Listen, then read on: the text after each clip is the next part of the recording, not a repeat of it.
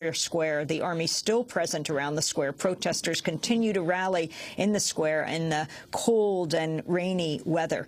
I wanted to go to Professor Beynen at Stanford University. You've just returned from Israel. Talk about the youth movement there, both Israeli and Palestinian, the growing resistance. This is something that has actually been going on for some time. Since Israel began the construction of the separation barrier, which is largely inside the West Bank, there has been a growing movement of resistance to it. On the Palestinian side, it has been primarily local village popular committees who have joined together all of the forces in any given village to mount sometimes daily demonstrations, sit-downs, and all other sorts of protest. The most well-known by now is the weekly Friday protest in the village of Bil'in. And very shortly after that began in the fall of 2002, when the barrier first began to be constructed, small and then increasingly larger numbers of Israelis came to various villages and began to join with the Palestinians in the protests. And this is something that is on a completely different basis than any kind of Israeli peace movement or left movement. These terms should be taken with a certain grain of salt in the past, because these Israelis are acting out of a political commitment to solidarity with the Palestinian struggle for an end to occupation and for self-determination. That is quite different than what people have said in the past, where people have said, oh, it's in Israel's interest that the occupation be ended. Well, it may be in Israel's interest that the occupation be ended, but first and foremost, we should be thinking about the fact that it is a violation of the Palestinian people's human and national rights that there is an occupation in the first place. So there are organizations like Anarchists Against the Wall, which are perhaps the most persistent and the boldest in working with the Palestinians. There's also a relatively new organization, Solidarity, which emerged in the wake of the eviction of several Palestinian families from the East Jerusalem neighborhood of Sheikh Jarrah. They have now expanded beyond the weekly demonstrations they have been holding in Sheikh Jarrah every Friday for over a year now, and have begun to work with Palestinian citizens of Israel in Lud, in Taiba, in the Bedouin village of Al-Aqarib, which the Israeli security forces have destroyed now 7 times over. They have also begun to work with Palestinians in other districts around East Jerusalem, such as Abu Dis. So there is the beginning of a movement of solidarity, of joint political struggle led by Palestinians, but with the participation of a not insignificant number of Israelis, most of them young. And Professor Beynen, how would you link this to the youth movement in Egypt? I mean, you've got a population, the majority of Egypt, of the population, is under 30, 90% in poverty, which is absolutely remarkable. What about this youth activism? The young woman we just played, Asma, that videotape calling for people to rally in Tahrir Square on January 25th, she's from the April 6th youth movement. Well, this is actually one of the darker aspects of Egyptian public culture across the spectrum from right to left. Many of the young people who have been participating in the popular resistance with Palestinians have begun to learn Arabic. Some of them know it very well. And a number of them have wanted to come to Cairo to study Arabic and to meet people. And when I was living and working in Cairo as director of the Middle East Studies Center at the American University in Cairo, I met many of them and, in fact, told them even before they came that Egyptians wouldn't speak with them. that it would be impossible to arrange any kind of meeting between an Israeli and anyone on the Egyptian left. And they really didn't believe it.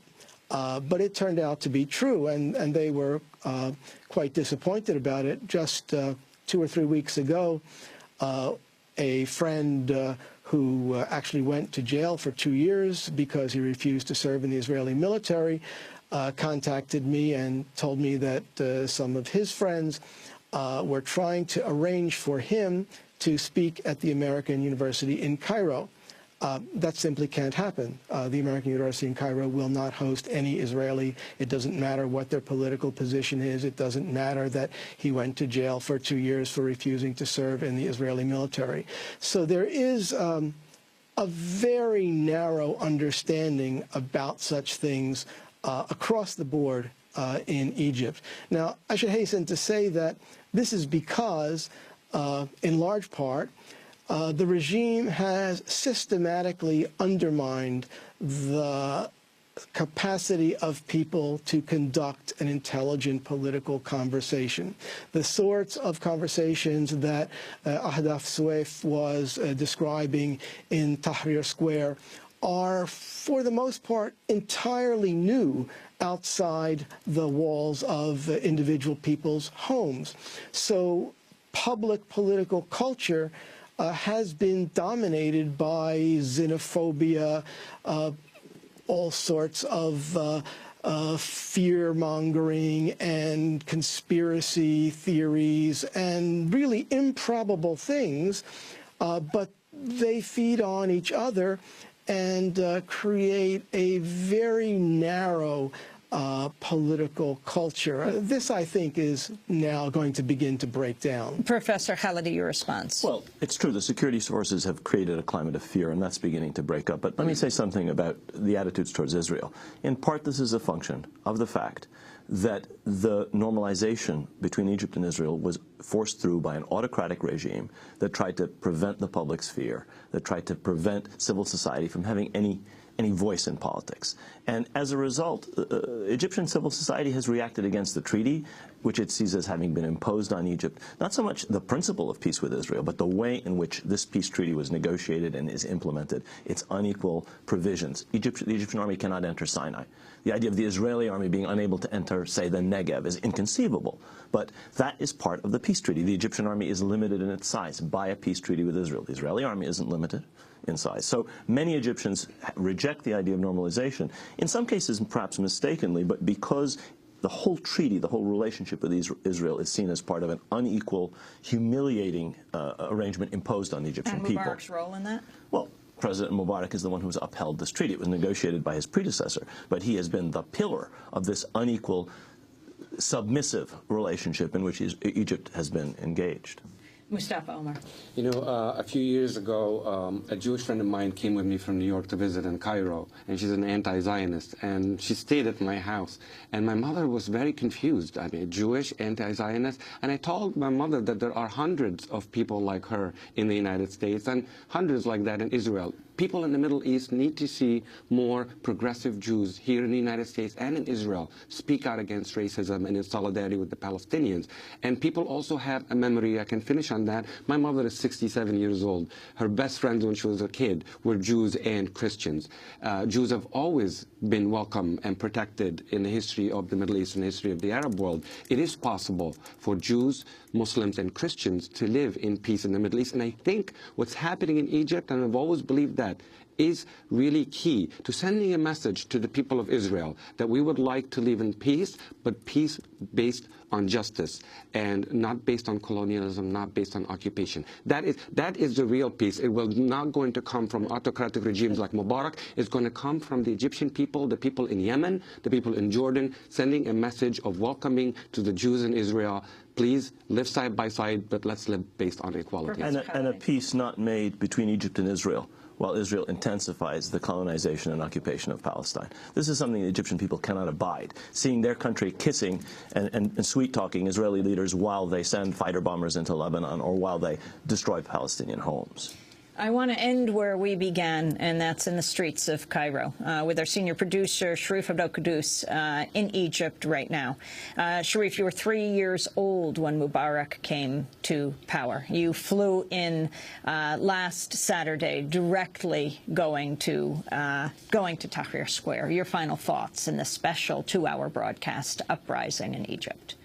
Well, I mean, like I said on the first broadcast that we had when I came to Egypt, is that I landed in Egypt that is not Hosni Mubarak's Egypt, and regardless of what happens, it never will be again.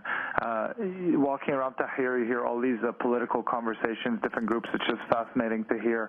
Today, I had several of my family members come over for lunch, and even the most depoliticized members of my family were engaging in full-out political debate, and that's what's needed and what's been lacking is an engaged citizenry here in Egypt.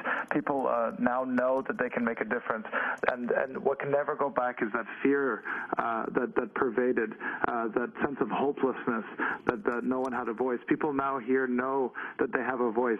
They can retake the streets, they believe, anytime they want again. And so something has changed regardless of what happens going forward politically in these next few days and weeks and months.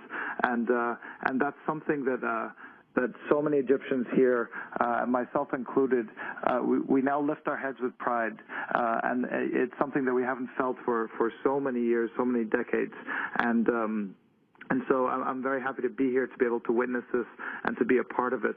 And the people will struggle in Tahrir and in places around Cairo, around Egypt, until this regime is overcome and they win their freedom.